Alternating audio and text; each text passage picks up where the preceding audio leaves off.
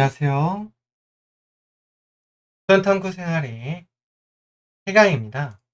오늘은 17화 본수련 호흡은 어떻게 하나요에 대해서 알아보도록 하겠습니다. 본수련 때 호흡은 성문호흡 수련을 하는 존재라면 누구나 알고 있을 성문호흡을 하여야 합니다. 하지만 대부분 익숙지 않아서 또 호흡에 신경을 쓰다 보면 성문에 집중을 못해서 또는 목적의식이 분명하지 않아서 초심이 이어지지 않아서 등등 다양한 이유에 의해서 수련을 하는 자신의 호흡에 대해서 살펴보지 못하고 수련에 들어가는 경우가 많습니다. 성문 호흡은 평상시에 의식하지 않은 편안한 호흡으로만 수련을 하는 것이 아니라 성문 호흡의 기준에 맞는 호흡이 자연스럽고 편안해져야 합니다. 성문호흡의 기준은 이전에 이야기하였듯이 성문을 중심으로 일어나는 호흡, 들숨과 날숨의 호흡의 비율이 5대5에서 6대4인 호흡, 한 번 들이쉬고 한 번 내쉬는 호흡, 성문의 집중을 유지할 정도의 적절한 호흡 길이 등이 중심이 됩니다. 가장 기본적으로는 걸림이 없이 성문까지 호흡이 자연스럽게 내려가고 성문에서의 호흡을 인지해서 의식이 성문에 차분하게 머물 수 있는 정도가 되어야 수련의 효과와 효능을 보기에 충분한 조건이 됩니다. 이런 본수련 호흡은 행공과 평상시의 호흡과 비교를 하자면 이제 행공 때 호흡은 육체에 좀 더 비중을 둔 호흡이기도 하고 좀 더 인내와 끈기를 요구하기 때문에 호흡을 좀 더 깊고 강하게 하고 본수련 시 호흡은 평소보다 좀 더 깊고 강하지만 호흡을 너무 과하게 해서 호흡으로 의식이 분산되지 않는 정도의 호흡이면 될 것 같습니다. 호흡이 평상시의 호흡과 같은 상태에서 수련에 들어가면 잡념이라든지 정화를 통한 수면에 의식을 놓쳐버리는 경우가 많기 때문에 이제 오히려 익숙치 않을수록 호흡의 숨결을 놓치지 않도록 하시는 게 좀 더 효과적일 것 같습니다. 본수련에 깊이 집중을 하고 몰입을 하다 보면 호흡을 잊기도 하고 자신의 몸이 느껴지지 않는 상태로 들어가기도 하지만 이는 수련에 집중이 되었기에 일어나는 현상이지 수련을 시작하기 전부터 가능한 것은 아닙니다. 최소한으로 현재 호흡의 상태를 느껴보고 지금보다는 조금 더 나은 상태로 호흡을 고르고 수련을 할 수 있는 몸과 마음, 호흡의 상태가 어느 정도 되어서 수련에 집중이 충분히 되었을 때 가능한 것입니다. 물론 처음 수련을 해서 호흡 트레이닝이 되어 있지 않아서 호흡, 기운의 통로가 충분히 열려 있지 않은 경우에는 호흡을 인위적으로 하려고 하면 되려 불편함이 생기고 호흡의 압력이 커지게 되므로 그럴 경우에는 호흡을 크게 신경을 쓰지 않고 들어가는 경우가 있습니다. 그런데 호흡을 트레이닝하고 조절하는 과정을 거쳐서 바른 성문호흡법을 만들어 가야지 불편하기 때문에 아예 호흡을 신경 쓰지 않는 것은 아닙니다.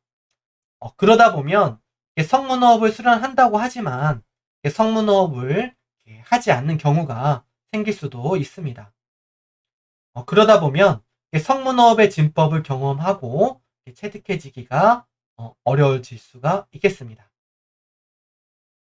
가늘고 길고 깊은 성문호흡은 꾸준한 반복의 시간 속에서 숙련과 숙달이 되기 때문에 이는 단기간에 이룰 수가 없고 그렇기 때문에 수련의 체득은 돈이나 명예, 권력으로 살 수가 없는 것과 같습니다.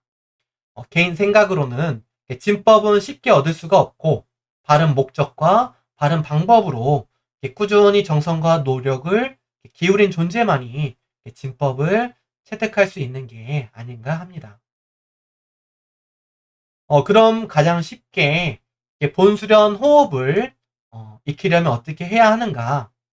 제 추천은 호흡 길라잡이 때의 호흡을 본수련까지 유지해보자입니다. 호흡 길라잡이를 통해서 평소의 호흡 상태를 알고 이제 그것을 조절해서 현재보다 조금 더 나은 성문 호흡의 상태를 만드는 과정으로 들어갑니다. 그리고 호흡 길라잡이를 마치고 기존의 호흡으로 돌아가서 수련을 하기보다 이제 그 호흡력을 본 수련 동안 유지를 해보는 것입니다. 그러다가 깊게 집중이 되고 또 몰입이 되면 이제 호흡조차 이제 잊게 되는 것입니다.